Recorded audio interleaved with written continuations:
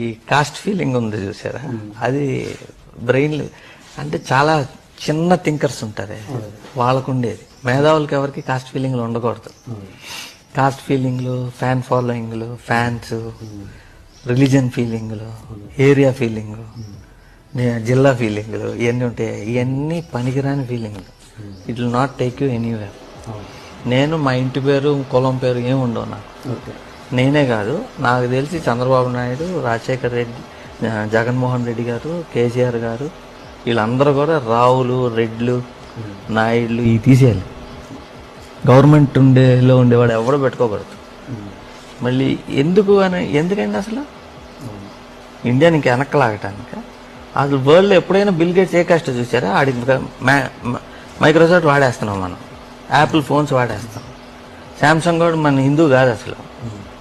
ఎందుకు వాడుతున్నారు అంత ఫీలింగ్ ఉంటే?